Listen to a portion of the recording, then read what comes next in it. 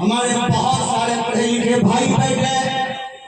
اب تک جتنے بھی علماء ہیں یہ اپنے باپ کی بولی نہیں رسول پاک کی بولی ناک کی شکل میں ہو یا قرآن پاک کی تلاوت کی شکل میں ہو یا پیغام کی شکل میں ہو یہ علماء رسول پاک کے پیغام کو ہی آپ تک پہنچائے ہیں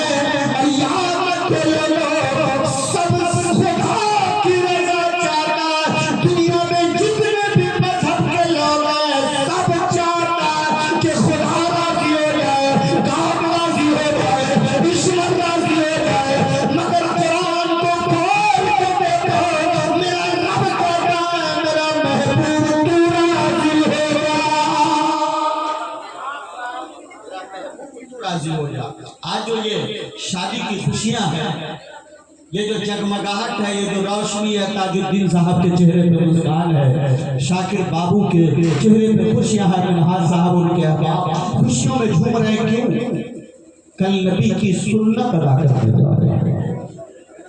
نبی کی سنت ادا کرنے جا رہے ہیں آپ کسی بھی صاحب سے پوچھو گے نکاح کیا ہے سب کا جواب یہی ہوگا سرکار کی سنت ہے چونکہ نکاح کرنے میں برکت ہے یہ مدینے والے کا فرمان ہے نکاح کرنے سے نگاہیں جھک جاتی ہے نکاح کرنے سے شرمگاہ کی حفاظت ہوتی ہے نکاح کرنے سے بندے کا ایمان مضبوط ہوتا ہے نکاح کرنے سے اولاد جیسی عظیم نعمت ملتی ہے نکاح کرنے کے بعد دو نبی کا ملن ہوتا ہے نکاح کرنے کے بعد دو خاندان کا ملن ہوتا ہے نکاح کرنے کے بعد نبی کی دین کی حفاظت ہوتی ہے خود میرے کریم نبی نے فرمایا اللہ کی نعمتوں سے نعمتوں میں سے ایک عظیم نعمت نکاح ہے میرے کریم نبی فرماتے ہیں اذا تزوج العبد فقد قبل نصف الدین فلیلد اللہ بالنصف الباقی جب تم جوان ہو جاؤ شادی کر لو شادی کرنے سے آدھا دین مکمل ہو جاتا ہے اور آدھا کس لیے بچا رہتا ہے تاکہ تم اللہ سے خوف رکھو اللہ کا خوف اپنے سینے میں بساؤ یہ میرے سرکار کا فرمان ہے ایک حدیث میں میرے کریم نبی نے فرمایا النکاح نصف ایمان نکاح کرنے کے بعد انسان آدھا ایمان حاصل کر لیتا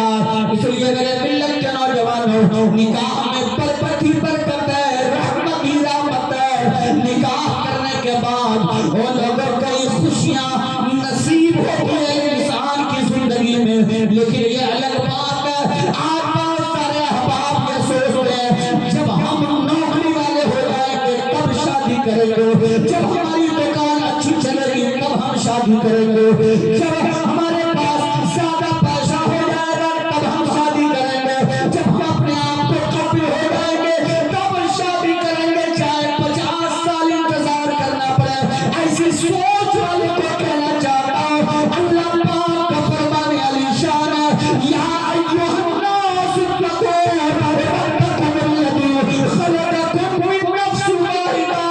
اے لوگو ڈرو اس رب سے جس رب نے تمہیں ایک جان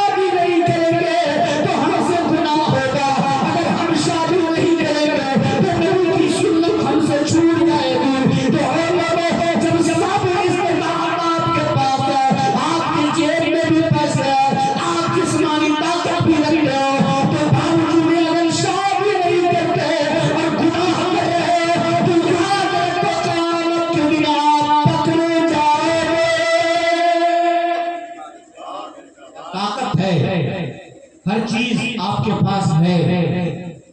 تو پھر اللہ کے نبی فرماتے ہیں یا معاشر الشباب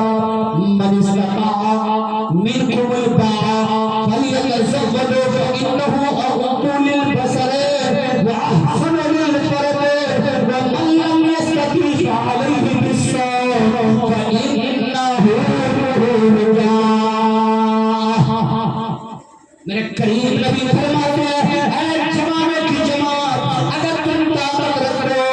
تو شادی کر لو، شادی کرنے سے نگاہیں جھک جاتی ہے، شرمگاہ کی عبادت ہوتی ہے، اور اگر طاقت نہیں رکھتے تو اللہ کے نبی فرماتے ہیں کہ روزہ رکھو، روزہ رکھنے سے خواہشیں ٹوٹتی ہیں۔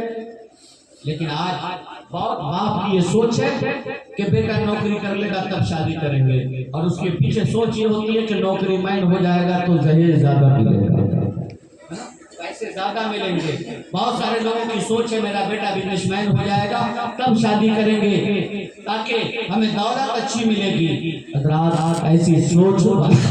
قیامت کے دن اللہ کی بارگاہ میں پکڑے جائیں گے، اس لیے کہ آپ بخوبی جانتے ہو ہمیں جو کچھ ملا ہے وہ دینے والا خدا ہے، اور جو کچھ ہم کھا رہے ہیں، جو کچھ ہم پی رہے ہیں وہ سب کا مدینے والے سرکار۔ لیکن آج شادی میں ہو کیا رہا؟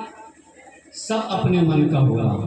بس ایک چیز ہے وہ نکاح ہے جو علماء کرام کی ضرورت آپ کو پڑتی ہے، ایک چیز نکاح۔ اگر وہ بھی کچھ لوگوں کے من میں آ جائے کہ دنیا والے نہ کہیں گے تو وہ لوگ وہ بھی ترک کرنا شروع کر دیں، اللہ بچائے، ہے نا۔ باقی شادی میں دیکھیے بڑی اچھی گفتگو مولانا فیروز نے آپ کے سامنے پیش کی ہے کہ یہ ہلدی کی رسم، یہ مہندی کی رسم، یہ پٹاخے، یہ گاجے، یہ باجے کسی کتاب میں نہیں ہے، کسی بھی کتاب میں آپ تلاش لیں گے کہیں بھی ہلدی کی رسم نہیں ہے، کہیں بھی مہندی کی رسم نہیں ہے۔ اٹھاؤ نبی کے فرمان کو، اللہ کے حبیب صلی اللہ علیہ وسلم جب اپنی بیٹی سیدہ فاطمہ کا نکاح مولا علی سے فرما رہے ہیں، اور اس میں حضرت ابو بکر صدیق ہے، حضرت عمر فاروق اعظم ہے، حضرت عثمان غنی ہے، آسمان کے فرشتے ہیں، اور سب کی زبان پہ قرآن پاک کی تلاوت ہے۔ لیکن آج ہم گھر سے نکلتے ہیں تو خرافات کے ساتھ لوٹتے ہیں، تو خرافات کے ساتھ، تو پھر شادی میں برکت کہاں سے ہوگی؟ شادی میں برکت کہاں سے ہوگی؟ پہلے تو دل میں خوف خدا ہونا چاہیے، خدا کا خوف ہونا چاہیے کہ ہم گناہ کر رہے ہیں تو ہمیں اس کے بارے میں اللہ پوچھے گا، اور جس کے دل میں خوف خدا ہوگا نا